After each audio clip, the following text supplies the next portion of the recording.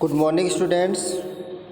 Class 10th social science में हमारा chapter start हो रहा था, चैप्टर 4 विश्व का इतिहास। इसमें बाकी सारे टॉपिक हटा करके केवल हमारे जो बचा हुआ है वो है औद्योगिक क्रांति, जिसको हमने लाइव क्लास के माध्यम से भी समझा था, जिसमें बहुत ही कम बच्चों ने ज्वाइन किया था। इसलिए आज हम इस वीडियो के माध्यम से इसको समझने का प्रयास करते हैं कि औद्योगिक क्रांति जो है वो क्या है।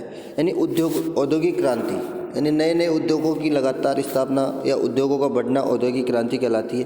उसी को ध्यान में रखते हुए मानव सभ्यता के प्रारंभ से, जब मानव सभ्यता का प्रारंभ हुआ तब से लेकर 19वीं सदी के पहले तक दुनिया का सारा कामकाज सामान्यतः हस्तचलित औजार, हाथ से बनाए हुए औजारों के द्वारा ही किया जाता था। कब तक? 19वीं सदी के पहले, और जब से मानव की उत्पत्ति हुई तब से लेकर 19वीं सदी के पूर्व तक सारे जो काम है वो हस्तचलित, हाथों से बने हुए औजारों से ही होते थे।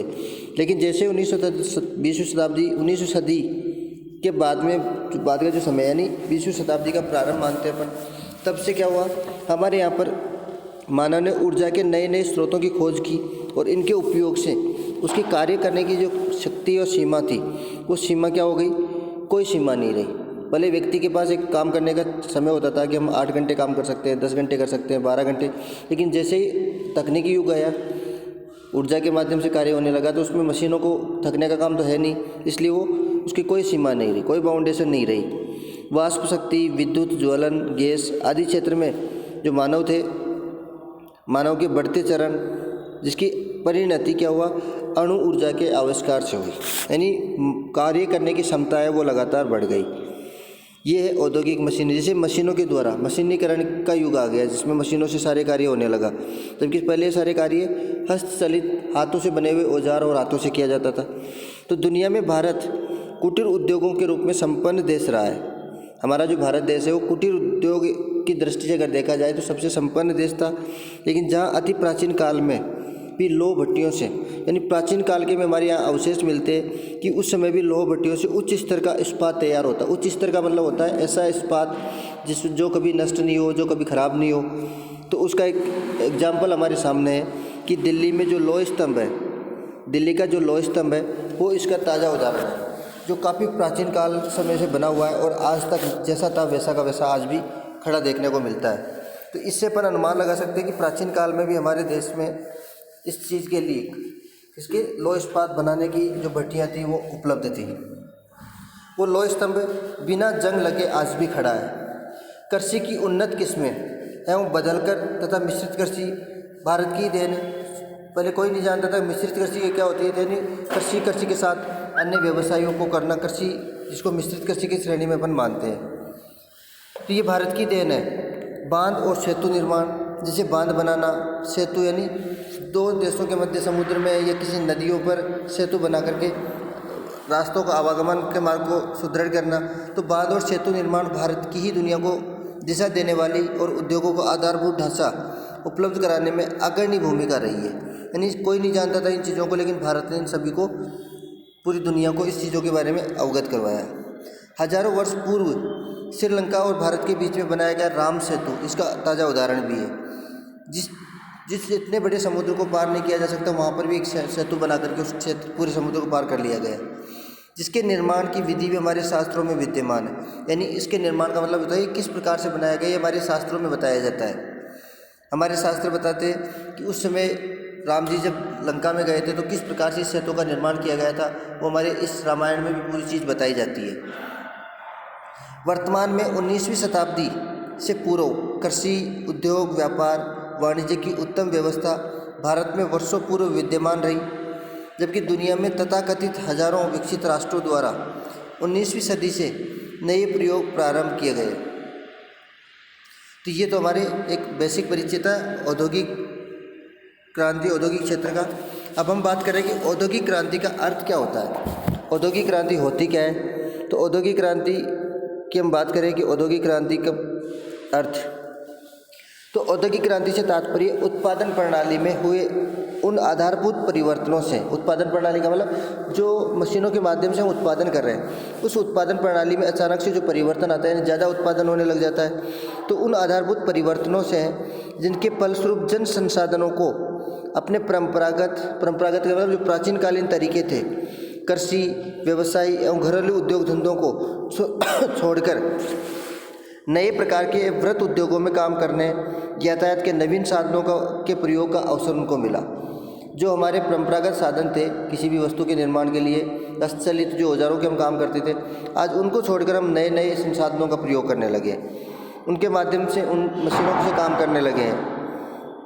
जैसे हम बात करें कि एक एग्जाम्पल के तौर पर कि प्राचीन काल की अगर बात करें तो प्राचीन काल में कृषि कार्य या भूमि को जोतने के लिए हम क्या करते थे, बैलों का प्रयोग करते थे। जो जानवर होते हैं, ऑक्स होते हैं, गाय का जो बछड़ा होता है, वो बड़े होने पर उसको बैल बोलते हैं, तो उसके माध्यम से हमारे यहाँ खेती की जाती थी। कई क्षेत्रों में अलग अलग थे, तो उस माध्यम से हम क्या करते थे, कृषि कार्य करते थे। वही कार्य आज परिवर्तित होकर वही व्यक्ति क्या करने लगा, आज ट्रैक्टरों का प्रयोग करने लगा, ट्रैक्टरों के माध्यम से वो खेती करने लगा। तो ये जो परिवर्तन हुआ, इस परिवर्तन को ही औद्योगिक क्रांति की श्रेणी में मानते हैं। औद्योगिक क्रांति शब्द का प्रयोग यूरोपियन विद्वानों में फ्रांस के जॉर्जिस मिशले और जर्मन काइड्रिक एंजेम द्वारा किया गया। अर्नोल्ड टॉयनबी ने अपनी पुस्तक लेक्चरर ऑन इंडस्ट्रियल रिवॉल्यूशन में ये स्पष्ट किया कि औद्योगिक क्रांति कोई आकस्मिक घटना नहीं है, आकस्मिक अचानक से होने वाली घटना नहीं है, बल्कि ये तो विकास की सतत प्रक्रिया है। इससे ये पता लगता है कि हमारा देश किस गति से विकास कर रहा है, तो विकास की इस प्रक्रिया को ये दर्शाता है। एक इतिहासकार है G.W. साउथगेट। तो G.W. साउथगेट के अनुसार औद्योगिक क्रांति की परिभाषा, हर विद्वान अलग अलग परिभाषा दे रहे हैं, तो अलग अलग परिभाषा में अपन देखते हैं कि G.W. साउथगेट ने औद्योगिक क्रांति के बारे में क्या कहा है। तो औद्योगिक प्रणाली में परिवर्तन था जिसने हस्तशिल्प के स्थान पर शक्ति संचालित यंत्रों से काम किया जाने लगा, तथा औद्योगिक संगठन में जो परिवर्तन हुआ, घरों में उद्योग चलाने की अपेक्षा कारखानों में काम होने लगा। यानी घर में, यानी जो कुटीर उद्योग थे वो कुटीर उद्योग नष्ट हो गए, वृहत उद्योग में लोग काम करने लग गए। तो ये जो परिवर्तन है, इस परिवर्तन को वो इतिहासकार दर्शाता है। घरों में उद्योग के चलाने की अपेक्षा कारखानों में काम होने लगा। अब ये तो किसके अनुसार था, G.W. साउथगेट के अनुसार। दूसरा विद्वान है इतिहासकार C.D. हेजन ने कहा है कि कुटीर उद्योग का मशीनरीकरण औद्योगिक क्रांति है। कुटीर उद्योग का मशीनरीकरण में होना, यानी कुटीर उद्योग नष्ट होकर उसके स्थान पर मशीनों का प्रयोग होना, औद्योगिक क्रांति है। डेविस महोदय के अनुसार औद्योगिक क्रांति का तात्पर्य उन परिवर्तनों से है जिन्होंने ये संभव कर दिया कि मनुष्य उत्पादन के प्राचीन उपायों को त्याग कर, उत्पादन का मतलब जो था किसी वस्तु के निर्माण की जो प्राचीनकालीन प्रक्रिया थी, उस प्रक्रिया को त्याग कर नवीन चीज़ों को अपनाना। संभव उत्पादन के प्राचीन उपायों को त्याग कर विस्तृत रूप से कारखानों में वस्तुओं का उत्पादन किया जाने लगा। एनसाइक्लोपीडिया ऑफ साइंसेज खंड 8 के अनुसार, एनसाइक्लोपीडिया जो है उसने भी एक परिभाषा दी है, जिसमें बताया है कि खंड 8 के अनुसार आर्थिक और तकनीकी विकास जो 18वीं शताब्दी में अधिक सशक्त यानी और मजबूत और तेज़ हो गया, जिसके फलस्वरूप आधुनिक उद्योगवाद का जन्म हुआ, जिसे औद्योगिक क्रांति कहा गया। ये किसने कहा है, एनसाइक्लोपीडिया ऑफ साइंसेज खंड 8 के अनुसार। खंड 8 में ये चीज़ दर्शाई गई है एनसाइक्लोपीडिया के अंतर्गत। हम ये कह सकते हैं कि औद्योगिक क्रांति का अर्थ आर्थिक अर्थव्यवस्था से जो परंपरागत कम उत्पादन और विकास की निम्न अवस्था से निकलकर आज वर्तमान में आधुनिक औद्योगिक क्षेत्र में प्रविष्ट हुई, यानी शामिल हो गई है। आज के आधुनिक क्षेत्रों में ये शामिल हुई, जिससे अधिक उत्पादन होने लगा, जीवन का रहन सहन और प्रति व्यक्ति आय में भी इससे वृद्धि हुई, उत्पादन दर लगातार निरंतर बढ़ती रही। ये सारे परिवर्तन जो है उसके आधार पर हम कह सकते हैं कि औद्योगिक क्रांति का अर्थ। नेक्स्ट जो है औद्योगिक क्रांति से कौन कौन से परिवर्तन हुए वो नेक्स्ट वीडियो में देखेंगे। तो अपने को औद्योगिक क्रांति का अर्थ ध्यान से समझना है। उसके बाद में औद्योगिक क्रांति का अर्थ के बाद औद्योगिक क्रांति से होने वाले परिवर्तन। धन्यवाद।